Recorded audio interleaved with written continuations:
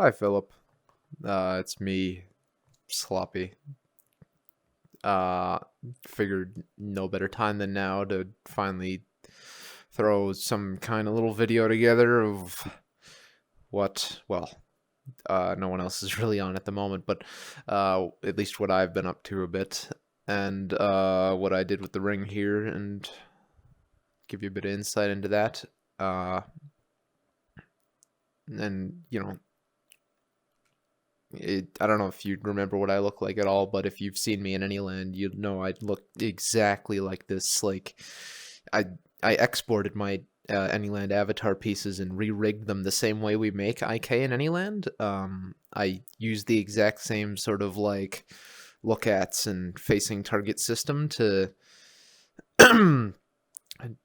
near perfectly, or well, pretty much perfectly recreate Anyland's IK system that we made from the in-game scripting, and so it's really nice. Except instead of having to do projection and stuff for my arms to be able to stretch in, it's just I can dynamically drive the procedural length of a capsule so that it remains spherical on the end. So it's just one shape rather than having a bunch that are overlapping and projecting with different percentage distances, like I did in Anyland. I mean, it worked. Anyways, I guess I'll get into. Well, I can show you around this world first. Let's see here. So, this world here was made entirely using the ring. I asked people to make some various versions of like my head in their style. I'm sure you can guess whose this one is. And well, this one's also pretty obvious. But yeah, and we got our sort of bunch of heads of Anylanders who, that's not an Anylander, that's someone from Neos. But all of these are people from Anyland who showed up and contributed to this world. We got Crimson, Taylor, we got Sheep, Rusty, of course, Spike Ticket, also Spike Ticket, Styx, that's also Crimson. He made a little fire guy. We got Soda, and we got Zhao back there. Oh, and 70. 70 Niggets has been playing this game here. And he hasn't recently. He sort of stopped because he ran out of inspiration, but he makes cool stuff as well. So we got a nice little. Oh, and Portal Master.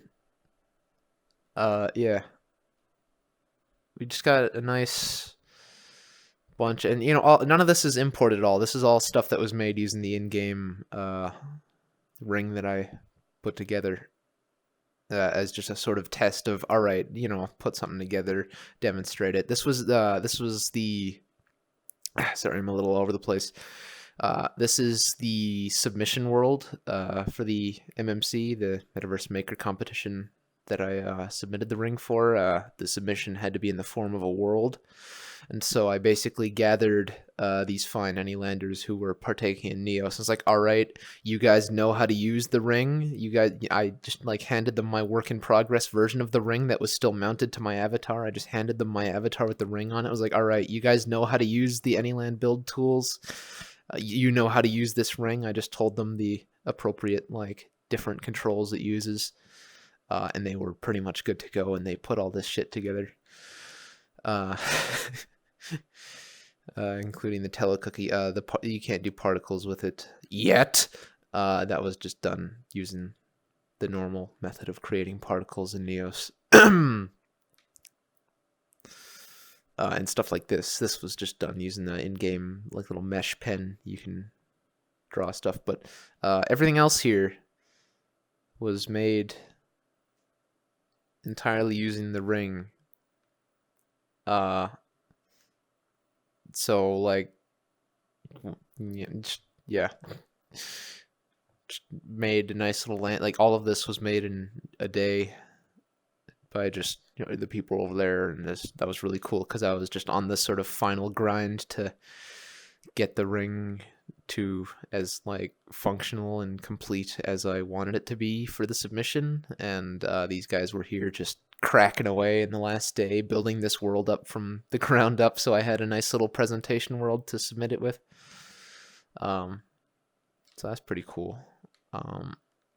Yeah, it some of it looks a little bare bones because it was done in a day, but I think the result is quite good. Here was the actual like submission form of this, is just sort of the ring on a pet. You can tell it was more than a little inspired. Actually, mine actually has a hole through it. So, right. The intended sort of here, if I let's see if I can just there, I'll turn this off and see if I can get this to a bit of a better viewing state here. Actually, it doesn't matter if I have this checked because you're not going to see it anymore. All right. Anyways, sorry. You save this folder to your inventory. This is essentially a shortcut to a folder in my inventory. So then, people can save this and they open it up and they've got this, which contains the ring itself, this tutorial board here, which these translations were actually offered to me, but this was only in English when I initially submitted it. Like, it only had the English instructions, but after the fact, like after February when the build period was over, I spent the majority of March just like hopping from like world to world, showing people the ring. I would either like run up to them and say, name an object, and I would just like quickly model it right before their eyes, and they'd be really blown away by that because there's no real nice modeling tools like that in any land. I mean, not in any land, in Neos, because if you want to, the sort of best alternative in Neos is you bust out your dev tip, or if you're feeling a little more rough, the shape tip, and this can generate sort of quick and dirty geometry, but you don't have much control over it, and you can grab it physically or with the laser, which is sort of like a Gmod Fizz gun, and you can do stuff like this, but it's not nearly it, and you can cycle through. You got spheres and cylinders which you can sort of draw out. I don't know what this is. Is this a plane? Yeah, it's a 2D plane. Yeah, that's all of them. It's like icosphere. Anyways, so yeah, that's the shape tip, just sort of a quick and dirty way of getting geometry out for stuff, but is not really ideal because it's, well, like that. And also, like, if you these are all like separate objects, so if you wanted to parent them together, you could use the glue tip, which you can just sort of there's different modes. You can bake all the meshes into one mesh, or you can do this sort of less destructive method of just parenting all of these under one slot. So if I just drag a bubble over this and let it dry, these are now all I can show you that.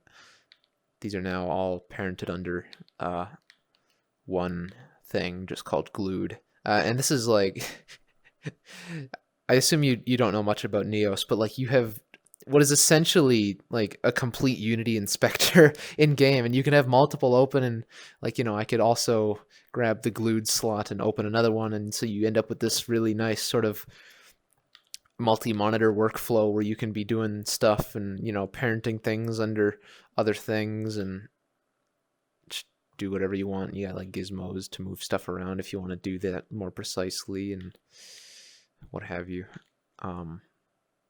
Anyways, there's that, and then there's the sort of more precise way of making stuff, which would be like you could spawn a 3D model. This isn't the extensive list. There's more meshes than just this that you can create.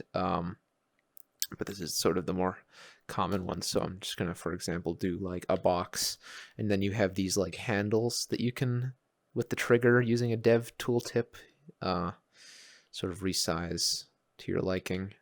And then you select it with this here tooltip, which sort of does all your stuff. And then you're left with, like, you have the box mesh, which is plugged into the mesh renderer to render the box mesh.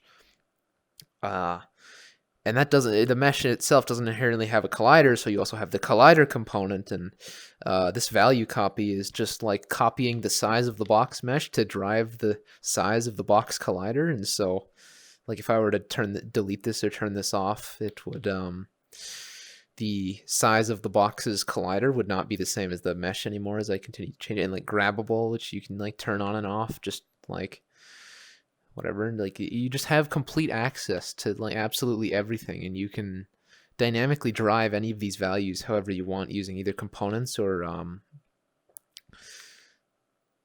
Neos's in-game sort of like scripting system logics, which I'll show you later. So anyways, yeah, you got your box, and so you can, like, you know, if you want to be more precise, you can round this down to like, I want 0.3, and you can like grab values to copy paste them. So I can just drag the 0.3, and now this is a nice uniform 0.3 meter cube. Oh, it's a little bit scaled, so I can reset the scale. It's all 111 now. I can reset the rotation, and so you can be really nice with your values with this. And you know, I can still of course select this and use the gizmo to do this. And so this is like scaling it. This isn't affecting the mesh size at all. This is scaling the slot. Which is actually what I'm doing for the ring, because you can't really dynamically get components of arbitrary slots, and so but you can affect like position, rotation, and scale as long as you can get a slot. So that's what I'm doing, which is essentially what AnyLand does too, is just scaling the whole thing. And if I select this, I get those nice mesh deform handles back. I don't know what this does. Let me check. I don't know what that did. I have no idea what that does. Anyways, so that's sort of the typical workflow in Neos, is you throw stuff together either roughly using like physically grabbing stuff in the shape tip and you can glue it together, or you could, you know, have a box and, you know, you can create an empty object and manually like grab the box from here and parent it under that, and you could duplicate the box and, you know, what have you. And like you can pull the material off and you have access to all the material properties and all this nonsense. But this is also a thing that you can't really do dynamically without using Neos's sort of hard-coded tool here, the developer tool, not the material tooltip. With this, I can, like, you know, create new materials. I could do, default is PBS metallic, but I could do like an unlit if I want, just a normal unlit, whatever, and set it to like orange. One thing that's cool is you can overdrive colors. So if I overdrive it, it gets very like glowy, which is sort of neat. It actually has like a bloom to it, and then, you know, I just stick this material orb in here, and I can shoot stuff, and I can shoot anything. It'll apply it to it. Undo that though, because it's a little bit hurty on the eyes. Also, everything is very like you can undo almost everything in Neos. Like any change you make to any field is like completely undoable and redoable. It has a really like thorough undo manager system, which is neat because it even allows you to create your own undo steps. So for like operations using the ring, I like almost everything except for coloring is undoable. Yeah, anyways, so I'll get to this. Let me get the ring. I've rambled on about like the typical Neos way to do things enough.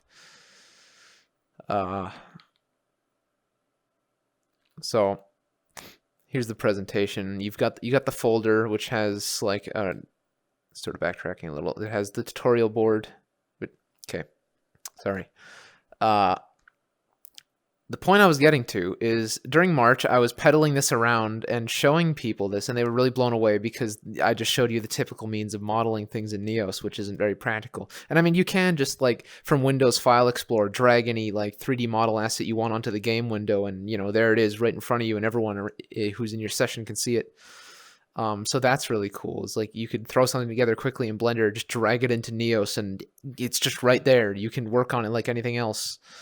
It's just in front of you, and you can pull it open, see the whole like Blender hierarchy, and really do anything you want with it. It's really cool. So people were they really liked this because of like many people don't know how to use Blender or what have you, and so some members of the Japanese, two members in particular, I don't remember their names, and I feel bad about that. I don't remember who they are. But one completely unrelated as well, member of the Japanese community and one member of the Korean community ran up to me mid like March after I had been like sort of doing my sales pitch for the Ring a bit, and so initially I had this help page, which is the same information there, and it only had English. I just had this. And I had one Japanese person just run up to me and hand me my Ring and say, hey, I translated your help page, completely unprovoked. And so like that was awesome. And then like 2 days later, I had a Korean person do pretty much the exact same thing, and they translated it to Korean. And so I just like, rather than having 3 separate rings for 3 different languages, I just merged them all into the same thing. Right, I opened it. So the ideal way of equipping this is, this was sort of a very last minute decision, but you have, I guess you saw me doing that earlier. I was putting tools on this little thing here. This is the tool shelf, which is just sort of a little temporary inventory system that Neos has, where you can take any sort of little object, whether it be like, I don't know, this, and you can just sort of take, assuming I can find the center of it there. So you can take really anything that's overall size is below a certain threshold and just put it on there, whether it be like tooltips or objects or whatever, really. You just put that on there, and it's just a nice little temporary inventory that expands out. You want on each hand, but I decided that was the best way to have users equip the tool, because it was just sort of easy to do, and it would be compatible with almost every avatar really easily. And so you just put that on there, you give this a good old poke, and it's open. I already showed you the help page. Blatant ripoff of the UI, because it's just what we were used to, and it feels really nice to see it even have the same shape. This fit, I could have just had the help bar stretch across the bottom, but this, after like 1,250 hours on Anyland, seeing just 3 flat bars across here, not having the bottom one separated in 2, just felt really wrong. And so I just made an arbitrary like just fidget toy button that does nothing but make the pleasant button sounds, just because it felt wrong to not have the 2 buttons split at the bottom. So anyways, you got this on here. We got toggle you'll notice things are a little bit renamed to make more sense to the typical user. So we've got toggle build mode, which essentially just mounts and unmounts the finger dots. Yeah, I made finger dots. And while these are mounted, you don't need to have this on. Hitting create new thing will also mount them, but hit create new thing, and you're presented with the creation menu, and I've got 12 pages of shapes. I spent far too much time exporting individual objects of just base shapes from Anyland and then putting them into Blender to make sure that their base mesh size was 1 meter by 1 meter by 1 meter, so that the scaling system would work properly. With the like relative to the distance you do this with, and even like, so I'll get to it in a sec. I made an entire grab system from scratch because I couldn't do what I wanted with the Neos grab system, and I couldn't get stuff, and just having the finger dots as a nice interaction point to get a position from and have like script on and stuff, it just made this much easier. And so this is entirely collision based, and I couldn't use mesh colliders at all. So I had to run, so for anything that's like hollow like this, I had to run a convex hull decomposition on it. So if I select it, there's one.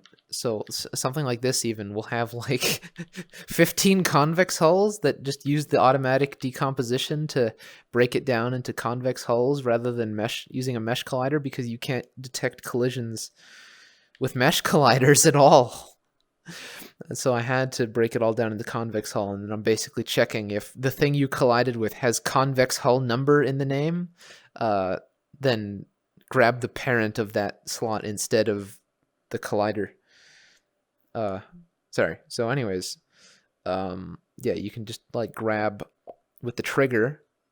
It doesn't, you can Neos grab, but that grabs the entire, anything you make is parented under one empty, and so when you Neos grab with the grip, it grabs the entire thing, which is kind of handy because you can do that in any land. Where like if you're making something and you're like, oh, I want to access the bottom, and I can just turn it over and start doing stuff down here. It's kind of handy. But anyways, so yeah, trigger works. Duplicate, exactly the same. Stick one finger in, don't press anything. You can just, when you grab it, it will grab a copy instead. Deleting. So deleting and context lasering. Yes, I have a context laser. Uses the same input. It uses the so I ran into an issue with this because I wanted to use the same button you would use in any land for the context laser, and I experimented with, so pressing that button opens the radial menu, which has the undoing and changing locomotion and various like scaling stuff on it.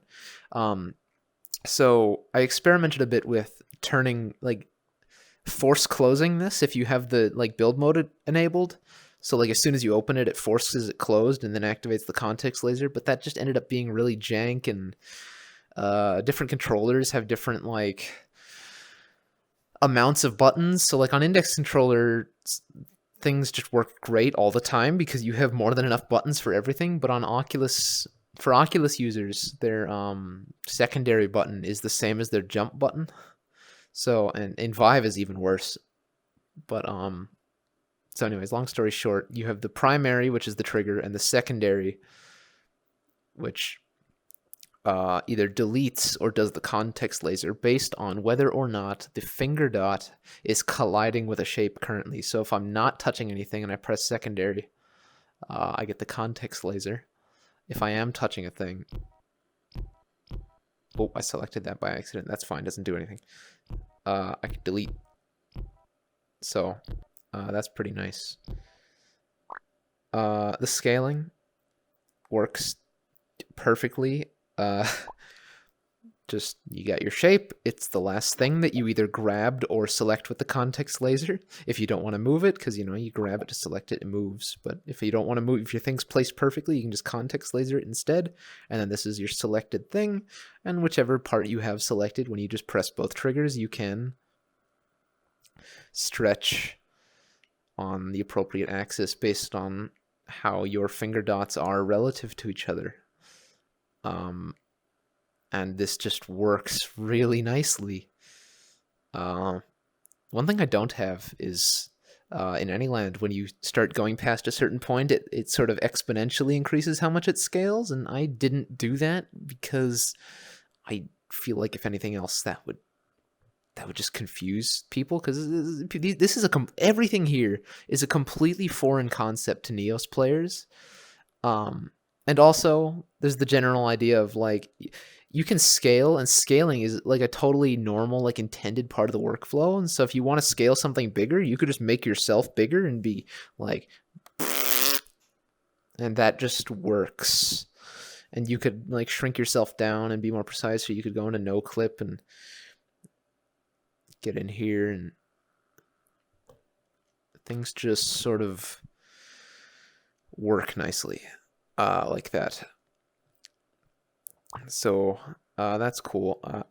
All axis resize works exactly the same, like completely identical to scale each part uniformly in any land. I am, and that's more so because I could have done it, but the way I'm doing the scaling is, I believe, the same as the way you're doing it in any land, and that's not even like intentional. That was just the way I did that ended up working the best, and is probably why you ended up on doing the same thing. But all axis resized literally does what it says on the box, in that it adds the same amount to each axis. So you scale it 1 inch, it adds 1 inch to each axis. It does not maintain a uniform thing. And so I have a minimum size and a maximum size. Maximum size is 1 kilometer. Minimum size is, I think, 0.5 millimeter, if I remember correctly. So if you want to return this to its default proportions, you do the exact same thing as any land. You shrink it down with scale each part uniformly. Yeah, I think that is 0.5 millimeter. Or it might be 1/4 millimeter even. No, I think it's half. You scale it down to the minimum size, and then because it's minimum, it's uniform, and then you scale it up, and look at that. The default uniform proportions. Which is handy. One feature I added that was really easy after I did this is other axis resize, which, if you're familiar with Blender at all, is similar to doing like Shift Y, where it will scale the other two axes. So like if I have this cylinder, which I've made this tall and this wide, and it's a nice even circle, and I want to scale the other two axes, but not the height. So, normally you would try to eyeball it or something. Everything is undoable, by the way, because it's really easy to make undo steps. So even like moving this is undoable, deleting is undoable. Everything except coloring with the pen, which I'll get to.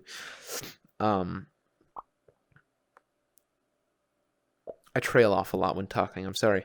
Other axis resize does essentially the same thing, where it scales on the other two axes than the one you're stretching. So if I turn that on and I want to maintain the height of this cylinder, but I want the circle to be bigger, I scale the height, or I stretch on the height, and that's the one it doesn't change. And so it will scale both of those sides uniformly, but not change the height. That's very useful for stuff like, well, for something exactly like this, where normally in any land, like, you would have to turn on scale each part uniformly and make the circle scale the whole thing if I want a little bigger, and then you'd have to turn it off and try to scale the height back down manually. And it's just a very handy feature that I've actually found myself using a lot. Pretty self-explanatory is the snapping. So I got 90 degree snapping. But you can't see it at all with that. It's a bevel cube. And that just works. And 22.5 degree snapping, which also just sort of works, except I have one bug. One thing you may be noticing is missing is that I don't have snap position. I did try to make it, but an issue I ran into when making snap rotation, I'm still not sure what causes this. I'm sure I'll fix it eventually, but it's not that big of an issue, is when you initially grab a thing, it has a tendency to jump to a random angle like that. I just grabbed it, and rather than staying at the same angle, it just jumped to a sort of arbitrary angle. And as I just sort of keep grabbing this with my hand at different angles, it does weird stuff, and it does the same thing with 90. This is quite manageable with rotation, but when I tried to do snap position, it did the exact same thing, except instead of rotating a little bit and jumping to a random rotation, it would completely fuck off to a random position and be way off in the distance, and that way less manageable. So I just sort of trashed that iteration, and I'll wait till I fix the issue with this and then translate that fix to maybe trying to do snap position again. But for the meantime, if you want to be real precise with doing stuff like this, you can just take a dev tooltip and Uh, and these are nice. These are nice convex shapes, and so these don't have convex hull decomposition. These are I just have a convex hull collider on them on their base slot, and so if you need to move something precisely up and down, you can always use the proper Neos tools to do that, and that's no real biggie. And you can do the same thing with the scaling, and that's fine because I'm just scaling things anyways. So you have this level of precision. You can also open the inspector if you really want to be precise with your angles and whatever. So now reset rotation, reset the scale. Whoop. Maybe don't reset it to 1 meter.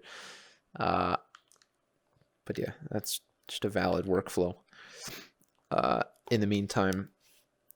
And that about covers that. Right. I mentioned earlier that I spent a lot of time throwing Anyland base shapes into Blender to make sure their default scale of the mesh was 1 meter by 1 meter by 1 meter approximately. Some of the weird ones like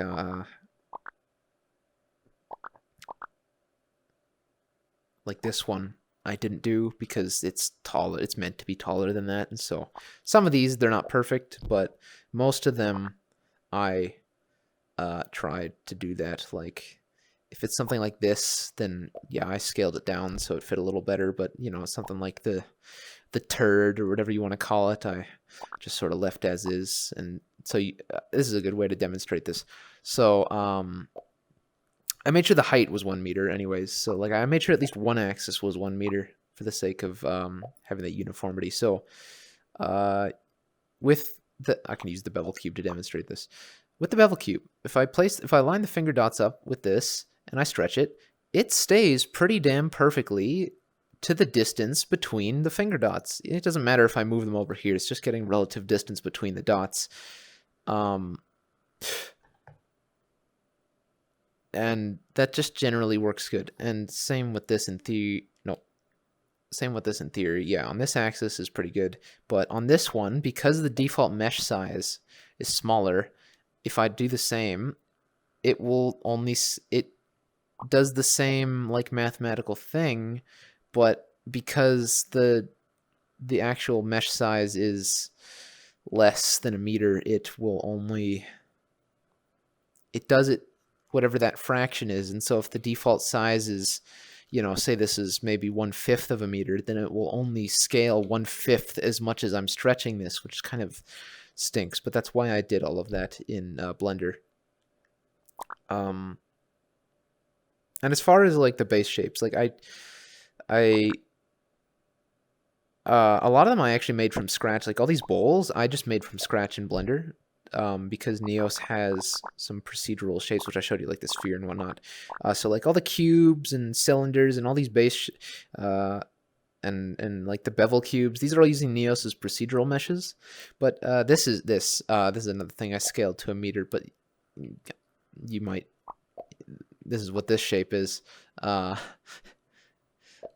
an Anyland one. Neos doesn't have a half sphere, and so I made one in Blender. Oh, fuck. That's fine. I did that I stopped editing by accident, but you can resume editing by simply context lasering a creation while not working on one. In theory. Uh-oh, I think something broke. There we go. Okay, and so it should... did it make this a part of a separate creation? I'm going to cry. What are you? It made it a separate creation. Awesome. I'm just going to delete this. It's not perfect. It has its occasional bug. Like, I accidentally closed that while holding a shape, and so it got a little funky. But 12 pages of shapes, many of which I got, for the most part, every Anyland-based shape, which is cool. As well as making a bunch of my own, such as a bunch of like partial segments of like cylinders and spheres. These I also, Anyland has these, but I made them myself for the sake of being cleaner and matching. I wanted to match the face count of the default Neos sphere. so that they would mesh up nicely. And so my cylinders and stuff, they match the default Neos geometry. When you create a procedural capsule and stuff, that's all Neos procedural. These hollow shapes are just like a hollow cone mesh that Neos has, which is cool. You can like customize the interior and exterior diameters of the top and bottom. These are all just sphere and capsule meshes that I changed the face counts on to make different like nifty little shapes. Like this is all just using the sphere and the capsule mesh that I tweaked parameters of and got a lot of nifty results. Like these crystals are a great use of that Styx made. Various toruses, that's all Neo stuff. Spring meshes or spiral tube mesh, cross meshes. This is all Anyland shapes. There's different like spiky shapes, and I just sort of, I don't know. I just sort of added them because they have different sharpnesses, and I tweaked those up in Blender to have the appropriate sharpnesses and stuff. The wrinkly shapes are quite good for organic building. The wood plank, that's a classic. Gears and stuff. Oh yeah, one capsule I couldn't fit on the page with the other ones. I just stuck it there. Oh, here's another page of good stuff I did. I just did like a Boolean cut through like a cylinder and did the opposite as well. And this is just kind of neat. And I did like partial variants of it. And like I said, I made the bowls from scratch in Blender. These are Anyland shapes. All these like curves, these are Anyland shapes. Got the 45 rotated versions and the 90-degree versions, of course.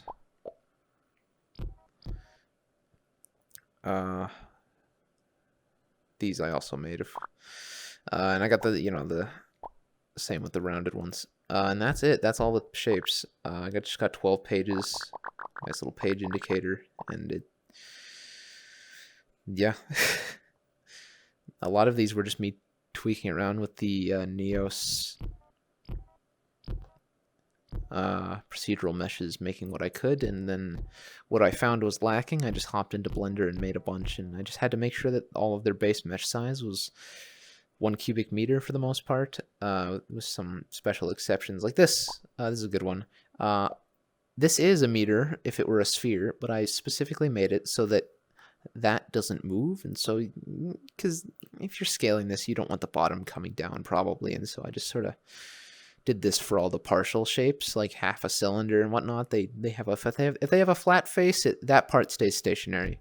For the sake of, you probably don't want that moving, and if you do, you can just move it after the fact.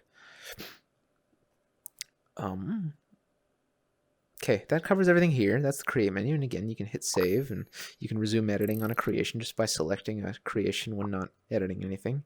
And I am doing a check for who made the creation, and only the creator of the creation can edit the creation. So only the person who made the thing in the first place can. However, other people can edit your thing, so that's just by default. However, I added a specific condition so that if you want to make your thing editable by other people, you can open it in the inspector.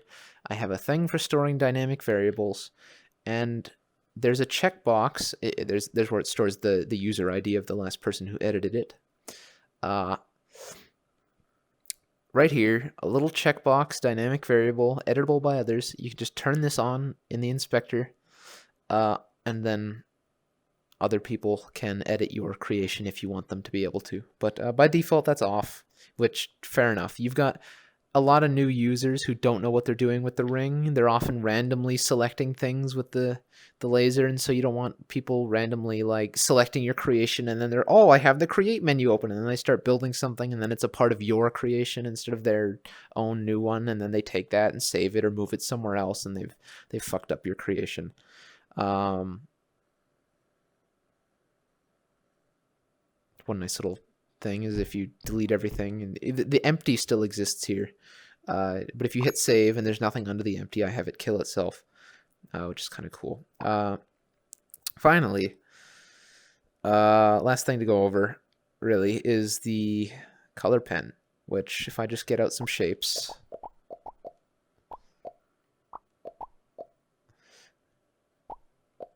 just a nice variety, what have you.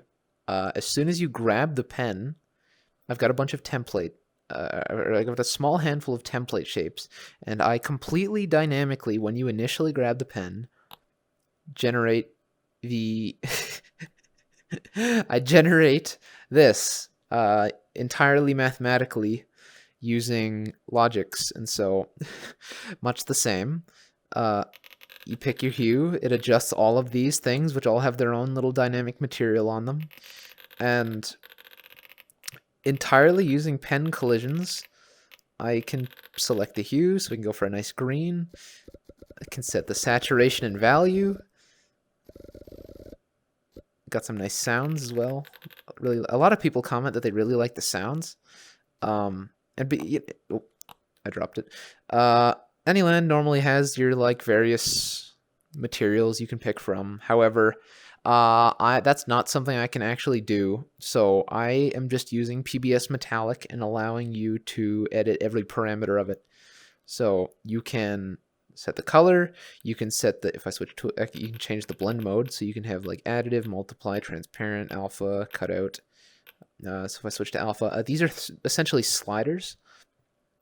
And so the top one is alpha, the middle one is metallic, and the bottom is smoothness. And so I can just say maximum metallic, and it changes all of these as you change it. So when you tap something, what you see is what you are going to get when you touch that thing. And it changes the entire palette as well, which I have sort of mixed feelings on, but I like it for the sake of consistency in that the entire palette changes. So you see what you are going to get when you touch it, which I think is a nice sort of general way of doing things. And you see it applies it to the tip of the pen. I don't remember if Anyland did that or not. I think it did. Maybe. I think perhaps. I don't remember.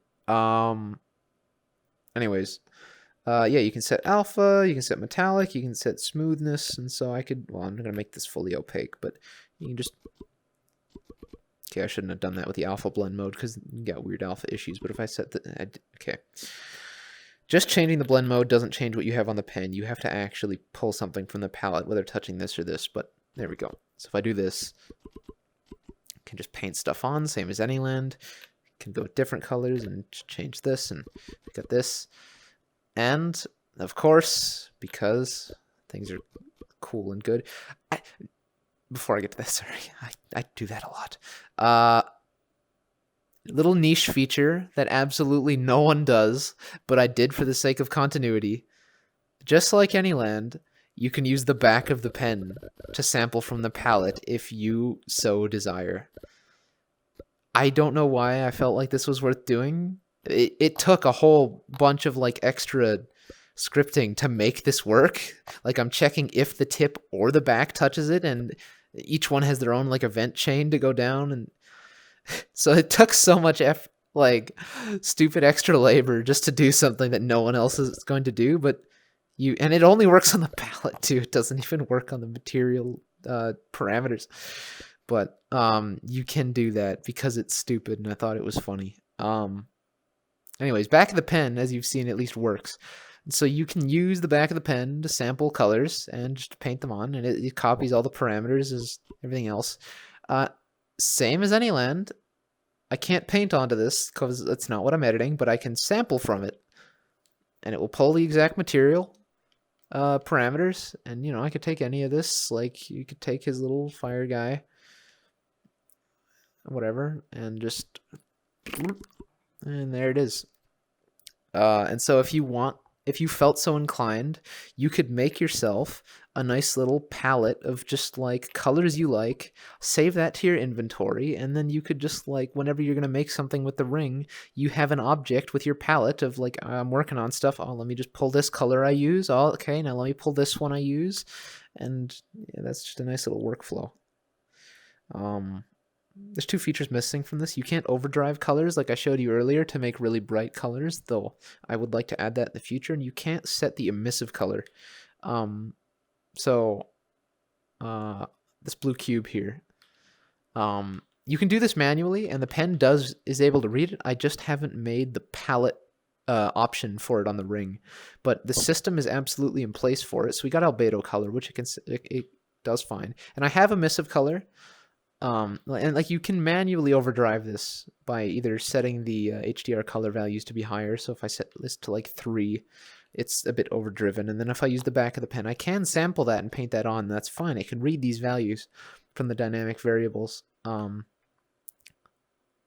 didn't explain this at all. Each shape has a dynamic material slot, which I put together, which just has a material on it, which is being driven by dynamic variables, which are just sort of dynamically accessible values that as long as you get a slot, you can pull from them by name. So I've just named these the appropriate like albedo color, whatever, and I've got a whole chain of just like, all right, the thing you touched, find its dynamic material slot, and then pull the dynamic variable from there. And so I've got the values themselves, and you can set the emissive color, which is what I was going to get into. So I can make this have some glowy red on it. And so like you can set this. That was alpha I changed. Not my apologies. I trail off, but I'm sure you're having a good time watching this at least, and at least I hope so. So, you know, I can set that, and I can pull from it. The pen system can read it. I just don't have it on the palette yet. I'd like to make a system for that in the future, and that's probably the first thing I'm going to work on when I get back into it. I haven't really touched this much other than the occasional bug fix, like finger dots getting left in the root of the world, which was a bit of an issue, but fixed that. So yeah, you got dynamic variables, and you got value copies, which are copying those values to drive a PBS metallic, which then, you know, I take that metallic and I put it on the mesh renderer for the shape. So there, and that's where it already is in there, and that's it. That's the entire setup. Is I just have this dynamic material thing I put together, and I was just copy pasting this onto each base shape I made, and then I grabbed the dynamic material. I grab the material component from there, and I stick it in the mesh renderer, and bam, you have a new base shape that works, and that's it. And the only real thing that is of any significance is that my finger dots can't just grab anything from anywhere. They check that the part specifically has a tag of thing part. I hope you get a kick out of that. And of course, you have... Okay, well, these are stored under a thing called thing parts. I don't know why I have that tagged as that. Nothing ever reads that tag, I don't think. But for the sake of consistency and finding slots, I guess. Then you have the default name of any creation you make, the entire object, you know. And that is just going to be thing, which is, of course, tagged thing. And so, you know, you context laser a thing to edit it. It makes sure it's tagged thing. It makes sure that you're the last editing user and whatnot. That's pretty much it. I mean, you hit save. All that hitting save does is just make you stop editing that thing. It doesn't like bake anything together or what have you. Though of course, like this is all still separate objects, all parented together. But if you felt so inclined, you could take the glue tip and didn't mean to grab that. And you could hit bake mesh and just sort of do that. And you've then made there, it baked it together, and this is now just one slot with one mesh with a bunch of materials on it. So look, there's the mesh, and it's got a bunch of materials on it. Is this still being driven? I'm not sure where this went to. No, yeah, it stripped all the logics, and it stripped all the components off that were driving it, and so you almost certainly can't pull from these colors anymore then. Yeah, no, because they don't have the variables anymore. But that's it. That's the functionality of the ring. That's it. Everything was made with this here, just like that. I wasn't very short or to the point. It was kind of all over the place, but I hope you have gotten some sort of kick out of seeing this, and I hope you don't feel too plagiarized. This just feels right because this feels like home. like we often refer to oh, we often refer to any land as our sort of like homeland. Like we're any land immigrants who moved to Neos. Though of course we still go back and we take Neos players on tours to any land sometimes. But up here, might also get a kick out of this. We got the at the top of these stairs here. They're kind of shitty stairs. We've got this.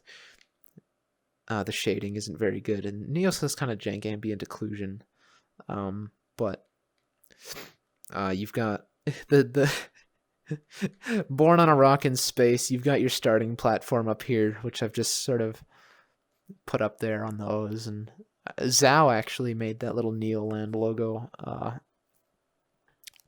that's just the Neos logo plastered over little Anyland thing he made behind it. But yeah, I mean, I don't know, man. Even though we've come to Neos and this is where we'd like to stay, like Anyland is always our home, and it's it just is. It's what made us who we are in VR. Like this is, I wouldn't have this avatar. You see, I made a little custom badge and put that on my badges. This isn't any kind of official system. I'm literally just doing that manually using Logix, which you can do because you can change anything you want, including your name tag badges. You can make custom ones, whatever. But like this, my whole being of my like online persona, and same with many of these guys, was shaped by Anyland, and that's like we're Anylanders. That's like we were talking to other people, and like we are the Anylanders, the guys who came from Anyland, and that's like that was our thing, that was our home, and it is jank, is broken as shit, but there's some things it did real well. The building, the state system, the scripting. I don't have any of that. Well, I have the building. I don't have scripting. I don't have the state system. You use Neos Logix for that, because that would add a lot of like bulk and overhead, and it would require me to put Logix on like each individual base shape, which would just make it way less efficient. But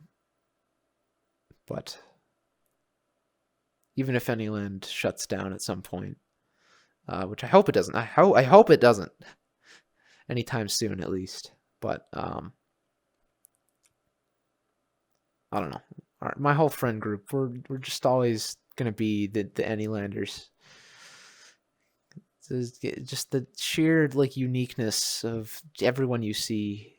Like they built their own avatar and persona and personality and like lore and shit with their own two hands from the ground up, and that just doesn't exist in any other game. Anyland just captured that magic so perfectly. That, and this was made with my ring, but like it's this all looks like it was made in Anyland because it essentially functionally was. And I'm glad that I was at least able to do that, and I'm glad that that's something that you are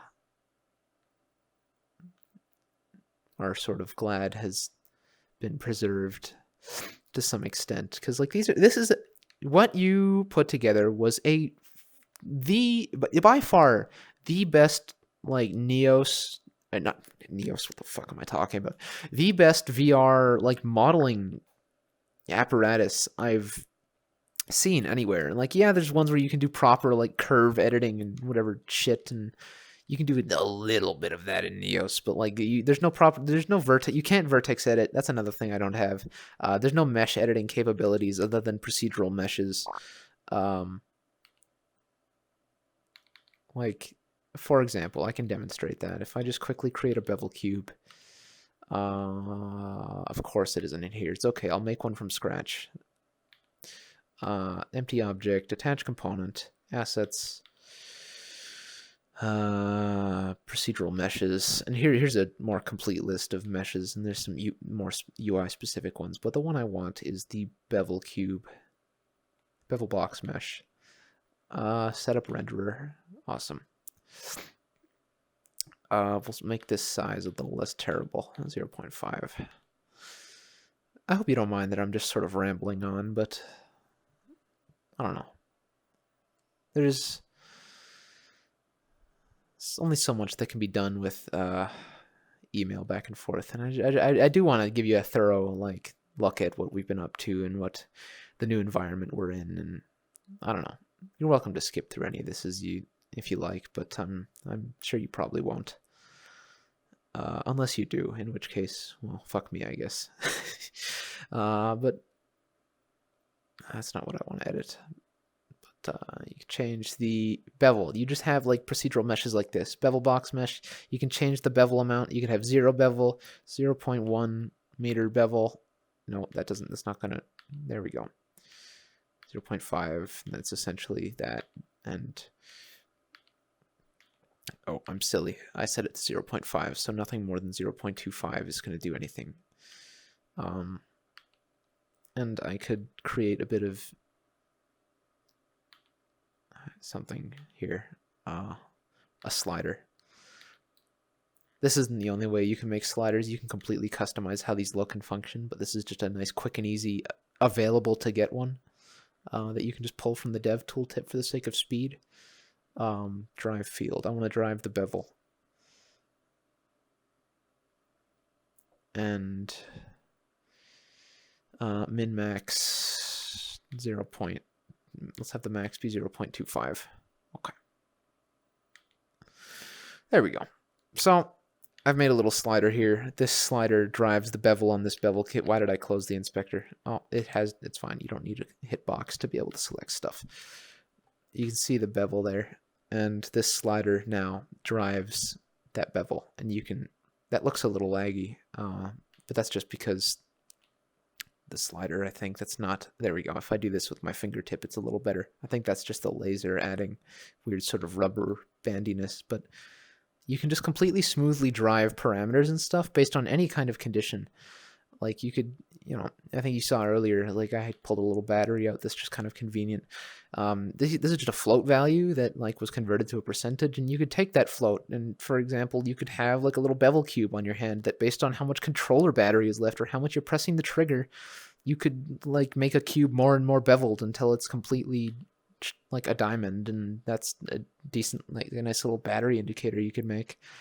You can take any value from the game engine and plug it into any other value. It could take these and do math with them and stuff and plug them back into other things, or the material. I could make this that the more it's beveled, the more green it is or something stupid.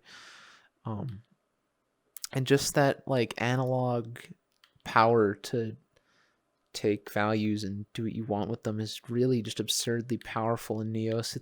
Neos is really, I describe it like this every time. It's like a perfectly synchronized VR multiplayer Unity editor. It's like being in the Unity no one else has been here, but everything except for your Dash UI, which is in a sort of private user space that no one else can see. This radial menu, other people can see. Everyone can see everything you're doing. They can see your inspectors. They see absolutely everything, and you can work completely collaboratively with other people, and it's just so good. And one downside, right? Anyland has physics, inherent physics. You can grab something, you can throw it. Neos doesn't have that. But the scripting system is robust enough that everything in Neos is essentially like an Anyland movable, in that if I get this magnifying glass, which it's a little bright here for this to work very well, but everything's essentially like a movable where the only things that are physically simulated are the character, and so I can actually climb and sort of throw myself, and I actually have a magic system built in to my avatar. So if I double press both trackpads, it toggles that, and I have a little menu built onto the trackpad, and I can just vector thrust myself around using little hand thrusters. And that's just sick. That's awesome that you can do that. And a little magic circle I drew up. And, I could go with one hand and switch to... This is a work in progress. It doesn't have sound effects yet. But, I got this, like, death beam that it doesn't do much. It just has a bunch of knockbacks. If someone steps into it, like, based on how much I'm pulling the trigger, it will, like, apply more force to them. And so if I just do, like, this, they'll just be, like, slowly pushed back a little bit, more and more. If I do this, they just go flying into the distance. And this is a great example of, like, I'm driving a particle system, I'm changing material values, I'm, like, changing mesh sizes and stuff, all based on, like, my trigger pull amount and, like, how far the raycast is, so that, like, when the particle system is on full blast, it's making the same amount of particles per length when it's at this length versus when it's at this length. It's doing the math based on, like, the distance, so that, like, the particle emitter is adjusting its rate dynamically, so that, like, each, like, say, meter long length of beam is emitting the same amount of particles as it would at any length. I keep getting sidetracked a lot, I'm sorry, but little sonic boom and air brake. It's just fun. You should see what Rusty has. He's not on right now. He got off earlier. But I don't think he's on right now. Yeah, no, he hopped off. But he's done some crazy stuff. Like, his avatar now is built absurd features. Like, you can, similar to Anyland, you can take anything you've made and you can put it on your avatar. You could, make it an avatar. And he's essentially made his avatar entirely from scratch in Neos using, like, procedural bevel cubes and stuff, which, I mean, if you're looking at him, this he made with the ring, but, like, he just is doing everything almost entirely in Neos, with the exception of, like, the occasional small part where he needs something to be, like, hollow or something he can't quite make a mesh with using the procedurals. But Rusty's doing crazy stuff. He can high-five you and his avatar will pop apart and, like, wrap onto you like a exosuit, and then you as the person who's then wearing him can fire his beams and shoot blasters and stuff and fly using his thrusters. And I can show you something he made, which is awesome. This is what he made for the MMC, and he actually won for his category. Let me get a mirror first. Neos Essentials mirrors. Get this. Just make that nice and big. All right. Cool. That'll work. What he made is, I'm just gonna take this off for the time being. Is the Anyland folder. Anylanders, Rusty Manufacturing, Rusty Mech. There. Okay, he made this, which... Give the legs a second, they fix themselves. There we go. He made a fucking working mech that if I get in the... 3 people can pilot this at a time. If you can pilot it solo, but if you get in the left or the right seat, you control then the right or the left arm. So if I hop in here, like, I can... Why isn't it turning? Oh, it's not supposed to move until you hit initialize, but there. Oh, that's right. It's just the arms. It can walk around without that. So as I move my arms, this is like it, and it even like takes my finger tracking data, and like it's so cool. And he's got some really nice sound design for this too. And it even takes like your user color, so like it turned green when I got in, and that's just because I set like my user color like cloud thing, so that like anyone can access that, and that's not like an Anylander made this specific thing. That's just like a cloud variable that a lot of things can use to pull, like, you know, I have a general sort of green magic color scheme, and so it pulled that and it made all the little like rusty lights green, and I close the face, and it will actually, if there's 3 people sitting in it, each like eye on the thing, and maybe the arms too. I don't remember if the arms, each individual arm does that, but like each eye will change for each seat occupant. So if someone's sitting in the left seat, I'm pretty sure the entire left arm and the left eye will change to their color, and so you can sort of see who's doing what with this, and like you can grab people. There's no other people here for me to demonstrate this with, but you can grab other people and like throw them around, and he wants to do some kind of like actual like guns and mech fight thing, but this is just like sick. It's awesome that you can do this, and it just feels really good, and it's not like instant. Like he's got some delay on it, so it feels weighty, and it's just, he did a good job with this. It's good that he won. Anyways, still no legs. I could make legs. I'm used to not having them. I might later. Don't know. Oh, right. That's not how you get rid of that. You gotta recall it and then delete it. All right. I think, okay, so yeah, Rusty's been doing cool stuff, like way more than me. Fuck. Last thing I think I'll show you is, I'll just sort of, oh yeah, there's all. I'm not an organized person conversationally, but there's a ring in the Ring of the Neolander folder. I have a folder called Ring Creations that I've just been saving a bunch of stuff that has been made using the ring. Like, you know, here's an example of where I just ran up to someone and started making their head next to them, and or like someone's entire avatar in this case, because it's a simple little one. And like, this wasn't made by me. This was made by this was actually made by the community manager of Neos, and like quite a few, like a lot of people like this, and they've just made their own stuff, which is cool. And so if they make something sufficiently cool, I'll be like, hey, can I put this in the folder? And they're usually like, yeah, of course. And so in the folder it goes, and yeah, just got a nice little. You may be noticing a pattern in that my sort of go-to demonstration thing to demonstrate the ring is my own head. Yeah. Anyways. There's that. This looks good. Sorry. The ring. I wanted to pull the ring open, so that you can sort of see the inner witchcraft of what's going on here.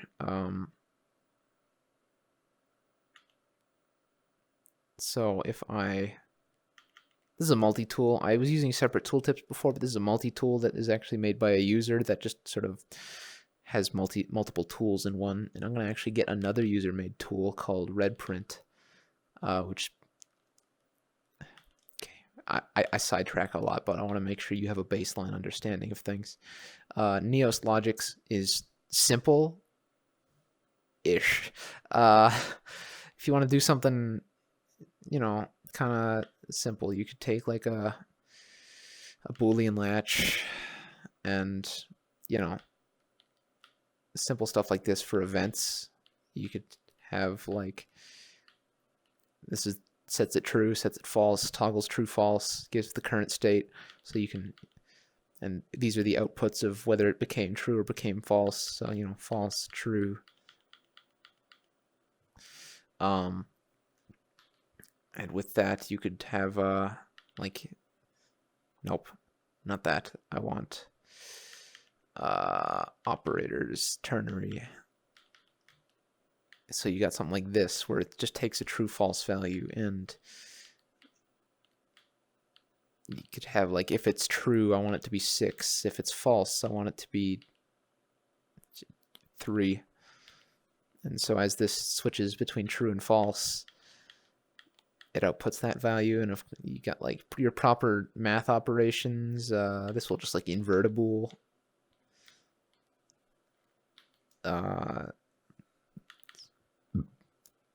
You can do proper string operations as well. That's something you couldn't do in any land, like at all, is anything involving strings, technically. With the exception of the couple like hard-coded ones, like getting like a username for comparison, sending it as a tell, God, that was cursed, but it kind of worked. So I could just take whatever number this is and add, I don't know, 8 to it, and then take that output. And so this is sort of the basics of like this, and then you got the, greater than or equal. So if it's greater than 11, I should use 12. It's not greater than, now it is. So the typical way of doing logics by default is you just have it floating in the air, and then you can like create an empty that you would call like logics. I'm sorry if this is really boring, but I do. This is probably the only like proper video I'm going to send you. Oh God, what time is it? 8:23. Sorry. The event starts at 11, and I have to be there for that because it's like my event kind of set packing route. So yeah, you'd pick an empty, and then you just sort of pack all your connected logics to it, and then it all just gets packed down into there. And you could have more physical interfacing with this, like you could have it driving text with the output of that, or whatever. But baseline, that's Neos's logic system. That was just simple float stuff, but you can do an absurd amount. You can do like crazy color math and whatnot. I said there was no physics, but people have made their own using logics, of course. So, you can just throw a, oh, of course, that scales jankily because none of this is uniformly scaled. Poor example location for this, but, if I throw this, no, none of that is using any proper physics at all. That's all using like raycasts and whatever stupid nonsense to calculate where it should go and just moving it manually frame by frame. And it's really, oh God, that's cursed. That's the root. That's not what I wanted. Sorry. I've been saying that this is the last thing for the last considerable amount of time. But anyways, this is a red print. This is a community-made tool that makes doing logics much nicer and neater and snaps to a grid and has its own little tool tip for moving large segments of logics around. I'm just going to duplicate a few of these because I'm going to need 3 at least to show the various things and such. So let me crack open the ring. I'm going to show you the big beast of inner workings just so you see what I got going on in the math I did. So here's the main logics. Actually, I can just do this. That's fine. So I'll just stick that there and unpack it from. Yeah, like spike. That's fun. So here's just the main board that handles a lot of the sort of main ring functions. Not even like scaling, but like, tweening like the main panel open and whatnot, and mounting the finger dots, and oh, that's actually the scaling logics there.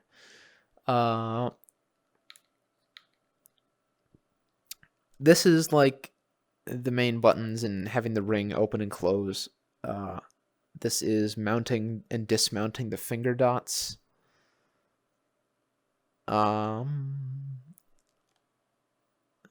This is actually so every button doesn't have its own sound effects on it. It actually sends a dynamic impulse, which is the equivalent almost exactly to an Anyland tell, where like you just send like a key phrase, and you use an impulse to send a key phrase, and then when something within the specified hierarchy receives that key phrase, it will transmit the impulse, and you can also send data with it. So I'm using a global point in space. And so rather than having the sound effect and sound effect player on every single button that goes pop, pop, pop when you touch it, I just have it so that they send a dynamic impulse to either play the button down or button up sound effect at the global position of the button, just for a little bit of efficiency, for shits and giggles. Here's a bunch of other ones just from various other buttons that do stuff. So like, oh yeah, I was going to have discarding. That's a thing I couldn't get working for whatever reason. Like in theory, it should have worked, but it just didn't. I was gonna save your current when you started editing a thing that you had already created. So like you select a thing to resume editing it. I was going to save that creation to a disabled slot, and then like I was going to duplicate it to a disabled slot, and then you would be working on like essentially a copy of what you had. And so you could work on stuff, do whatever, and if you decided you didn't like your changes, you could hit discard. It would delete the instance you were working on, and it would put back the one that it moved to a disabled slot, and that should have been a functioning discard.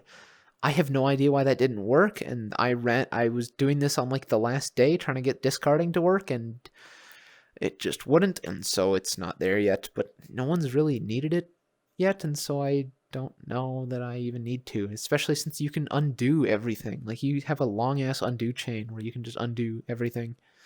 Oh, here's a juicy one. This is where the color palette is generated. So the whole, like, I should just get another one for the sake of showing you what I'm talking about, but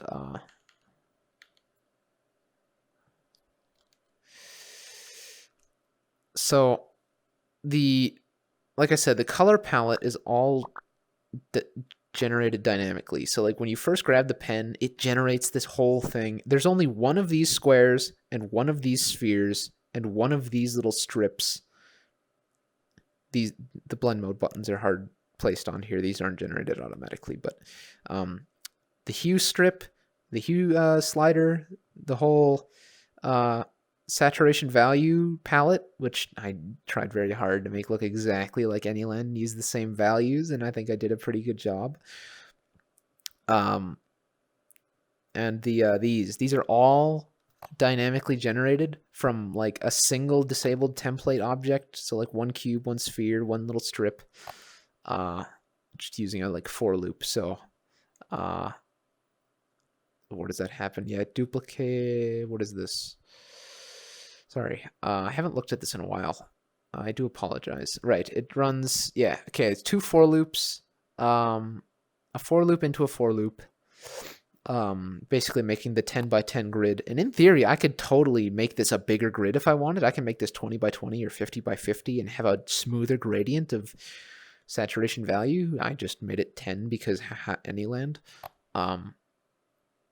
So yeah, for loop into a for loop, it generates just sort of strip by strip, and places that into a grid aligner component, which aligns it nicely to a grid.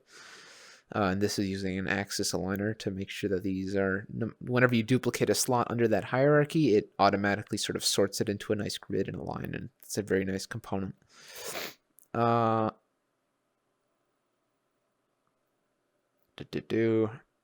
Yeah, doing the same sort of thing with the spheres, where it just writes the appropriate dynamic variable it should have to the materials and stuff. And yeah, I mean, that's pretty much it. I just wanted to go over the fact that this whole thing is generated when you initially grab the pen, which is just neat, and I didn't have to hard make it. And so when you save this to your inventory, if you want to, you don't have all of this loaded in when you spawn it or contributing to your file size of it. Yeah, so there's that. Next thing, that was just the main board. Templates, finger dot template. This is where a lot of the magic happens, is in the finger dot. Let me make this smaller. Oh, come on now.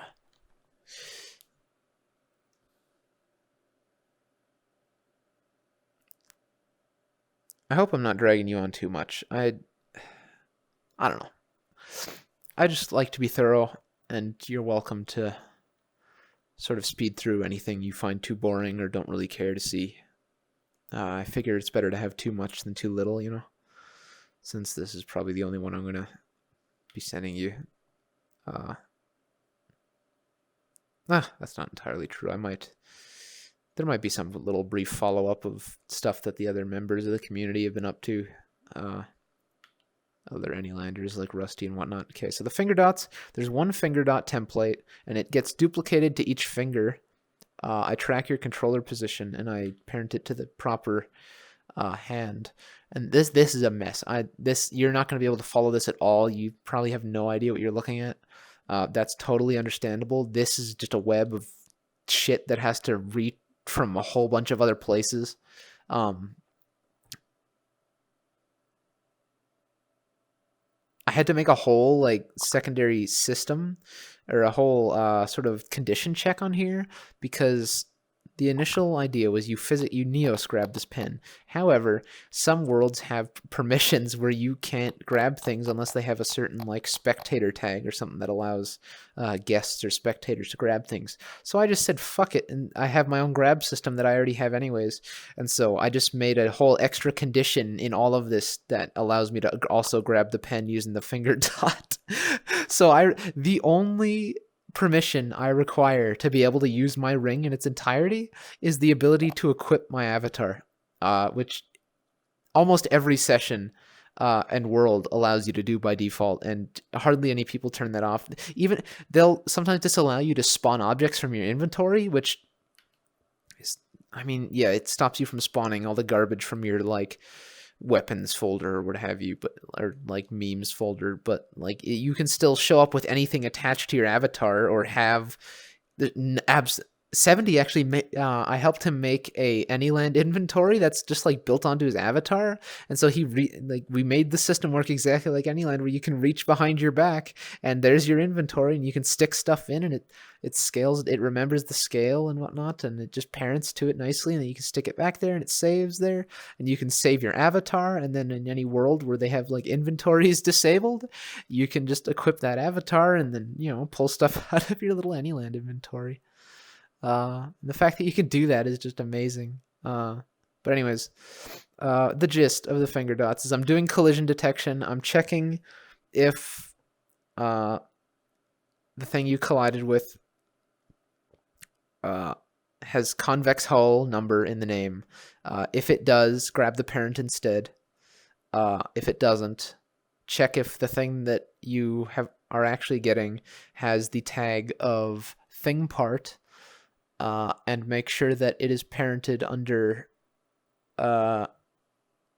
the thing that I'm writing, which is basically saying that this part is parented underneath the thing that you are editing, the creation you're working on. Then a whole bunch of stuff, just a bunch of stuff checking collisions, and this is a mess.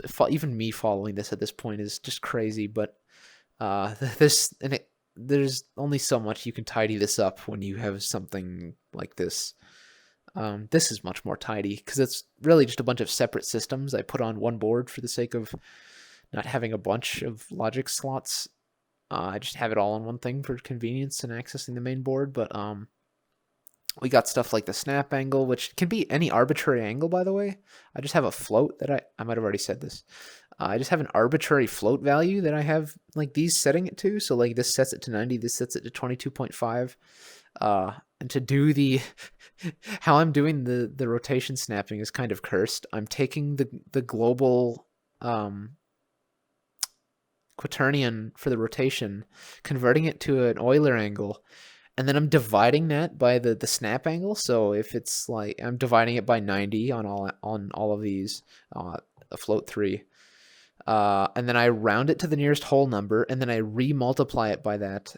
So if you have like 180, it will divide that by 90, and then, you know, round it to the nearest whole number, so that would be 2, and then re-multiply it by 90, so it would, you know, get back to 180. But if it was like a little off, if it was like 170, it would still end up rounding it up to 180 because it would round it to 2 and then multiply it back up. And so that's my cursed snap angle system. I couldn't think of a better way to do it, and this works like it's like 90% works, so it's fine. It is functional. And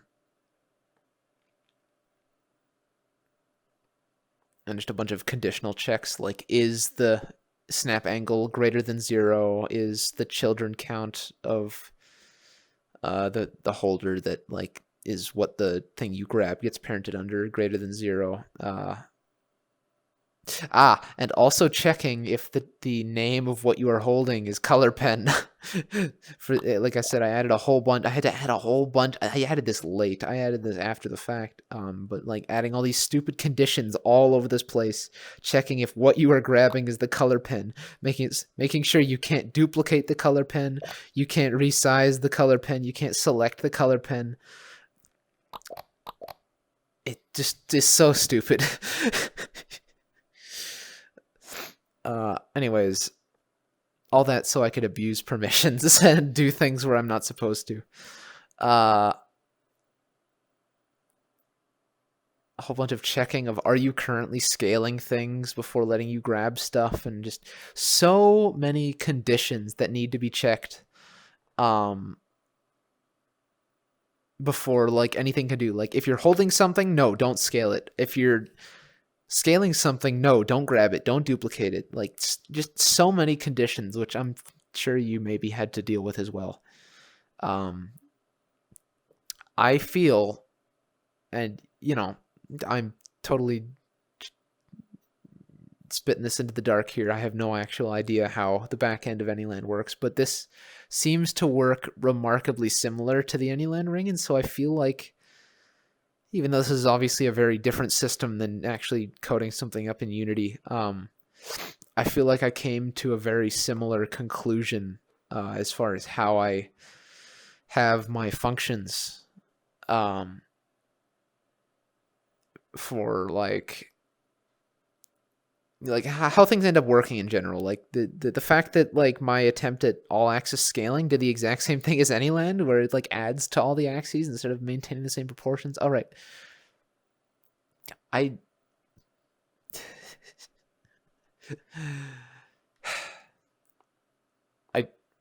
said this too many times. I trail off easy. I notice something else I want to talk about, and I go talk about it. I'm sorry. Here's the whole scaling system. This is it. This is the scaling system. In essence, I am taking the controller values. Also, like, you don't need to press the trigger. You only have to click it halfway, just like Anyland.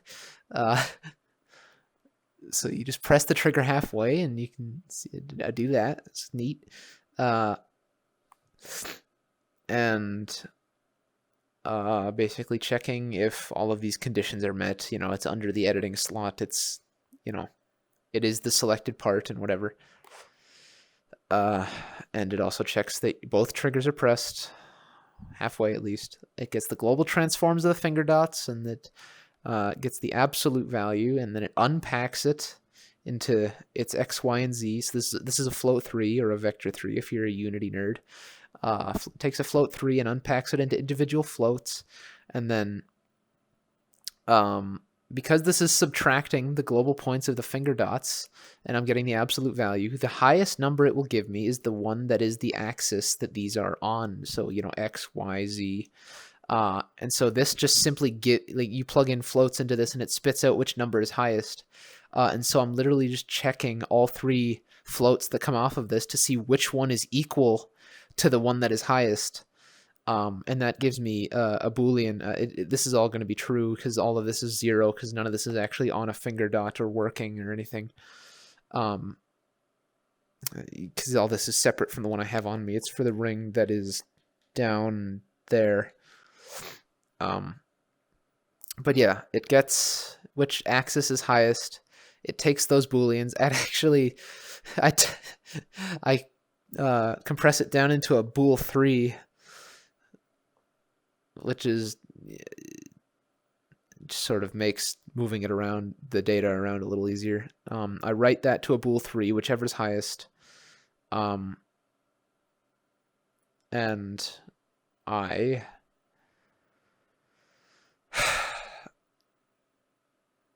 right. So because this distance, the thing that this is spitting out is the biggest distance on any axis. This is also going to be, you know, the largest axis distance between them. And so I'm taking whichever one, these are ternaries. Like I said, if it's true, it spits out the top value. False, it spits out the bottom. So basically, if it's false, spit out 0. If it's true, which it's getting from which axis is biggest, it will spit out the biggest number. And so basically I have my bool 3, and so if I'm stretching on the x-axis, then only the x is going to be true, and so only the x is going to give the biggest value, which would be the x value. And so this would basically be, if I stretch my hands a foot apart, that's a bad example, half a meter apart, let's say, then the values coming out of this would be 0.5 for the x and then 0, 0 for the yz.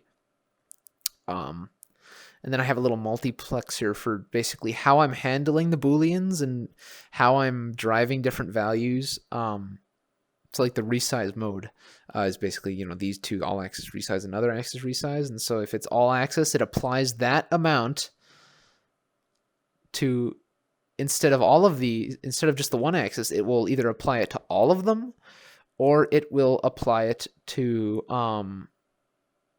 the opposite to. So that's actually this, I believe. This is the other axis resize. I'm literally inverting the bool. So if it's true, false, false, it becomes false, true, true. And yeah.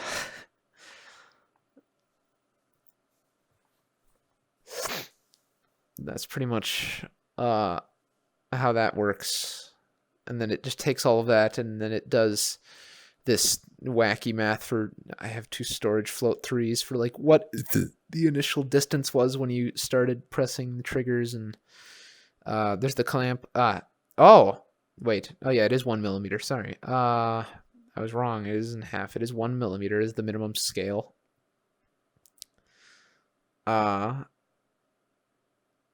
a kilometer is the maximum. It clamps it to it, and then it basically, fire while true, it sends this impulse to set the scale of that part to what I've done all this math to compute, basically. I'm not sure if you, having made this system yourself essentially before, if this has made more sense to you, and also you know how to code. Believe it or not, I don't. I have no fucking idea how to program. Yet I've managed to manifest this wall of shit. I'm not going to go any more into that. It's just a lot of chaos stuff. Here's the, checking for various stuff. If you want, you can take a closer look into this. I'll just, sort of glance over it if there's anything you want to pause and look over, what have you. But there's one last thing I'm going to crack open on a red print. And that is the color pen, which isn't too crazy. That's sort of easy to follow along with anyways. Not nearly as much of a rat's nest as this is.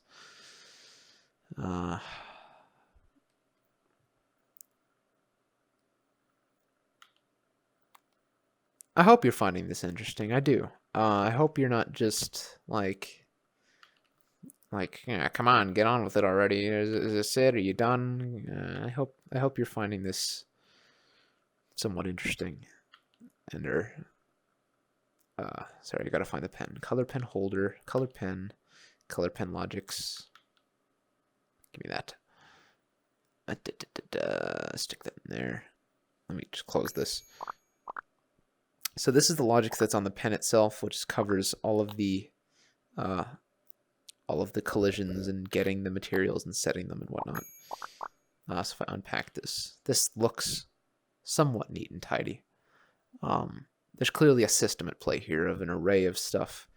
This is just handling grabbing the pen and dropping the pen, and so like when I grab it, it reparent, or actually no, that's fine for that. This is just Neos grabbing, but when I let go, like how it smoothly flies back, that's I'm tweening it back to essentially. I reparent it back to the pen holder and I tween it to 0. Yeah. And that's pretty much all there is to that. It does that, then plays the sound effect appropriately, little clicks. And all of this gives haptics, like all of these little clicks and stuff, and this happening. These all give haptics to your controllers, a nice little like tap, and so this feels quite nice to use as well. Like as this clicks back to your to the left hand. You get a nice little haptic tap on your left hand as you feel it hit the dialogue, which is really nice. This pretty much is just getting whenever the pen tip starts colliding with a thing, so it's getting whether it's touching any of these. It makes sure its tag is sorry, that's this is the tip. This is for painting onto things. Yeah, so it reads. This is the pen's slot where it stores its material, and so it literally is saving all the material data of what you've copied onto this shape here. So that's another reason why I've sort of done this. So it's how smooth this is, what color, all of this. It is reading from what this dynamic material thing I made is on here, and it's like reading it, and then it's writing it to the slot of whichever shape you touched with it. And that's pretty much it. It's tracking down the dynamic material of what you touched, and it's writing from the dynamic material of the pen, just copying and pasting the values to it essentially. And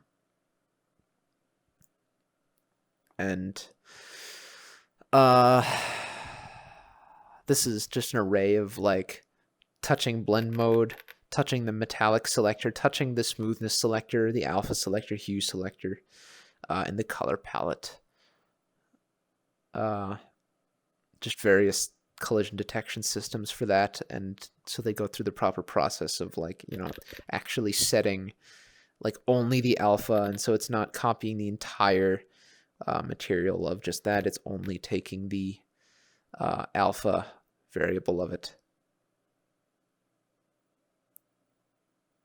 If it's the alpha, I mean the appropriate variable. If it's the metallic, it only takes the metallic. Sorry, I'm rambling. I'm not good at talking. If that wasn't apparent already. And then it just basically does the same thing, except in reverse, where it reads from that and writes to the pen's material, where it can then, take from that right to the shape you'd paint onto. And then all of these like sound effects, which I have coming off of those, which is that for the hue? Yeah, it is. Oh yeah, right. These have to be different for the event chain. Realistically, I could have probably merged at least 4 of these play one shots to happen at the end, but whatever. It's fine. It helps me organize this a little better. It doesn't matter too much. They're all pulling from the same asset of the sound effect, so it's fine. I don't have 5 assets on here. It's just like 4 extra slots of the play one shot node. It's whatever. And there's the setting the scale. So like when you touch this, it actually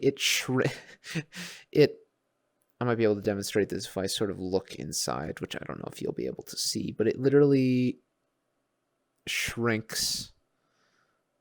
It just makes this cube flatter. It sets its scale so it looks like it's inset. And I'm doing this essentially the same thing for these, where I'm just writing their I'm setting their local scale to be smaller, and I'm getting the slot of the last one I touched, and so that I can set that back after I click another one. So like this one is small, but I've wrote that slot to a thing, and then when I touch this one, it remembers to set that one back and then make that one small. And that's just doing a lot of that. I did some funny math for that. I don't even remember what for. And then trigger haptics on controller of that was for me to be able to do a more dynamic system later, which I haven't done. So that's this little section right here is a little more complicated than it has to be. But whatever. That's it. That's everything. That's about it. Click the buttons. They send dynamic impulses to do the things. That's it. That's everything. And you know, if you pay attention to the ring, when change things mode is on, the ring is white. That was pointed out to me by Amplified, and I was like, I think it was no, I don't remember if it was Amplified. It might have been.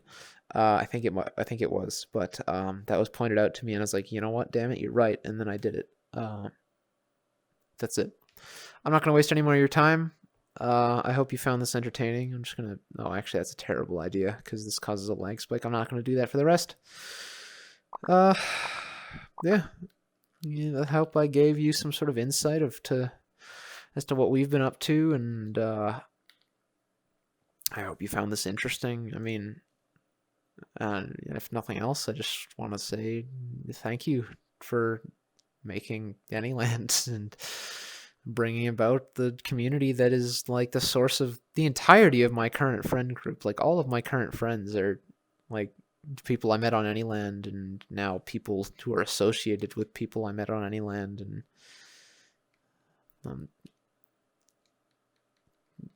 yeah, I mean, shit. That's I don't really know where to end this, but I guess this is as good a place as any. So that's it. It's 9 p.m.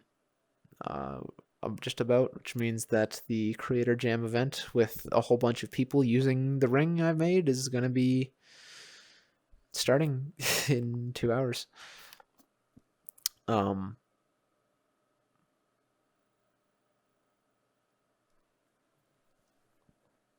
So yeah, that's all I have to say.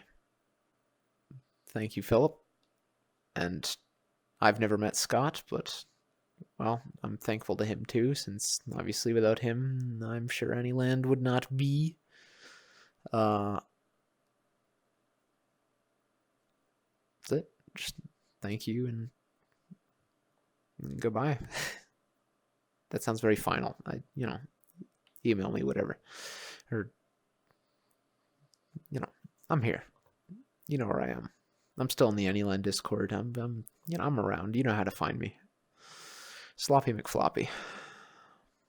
Right. For real this time. Goodbye.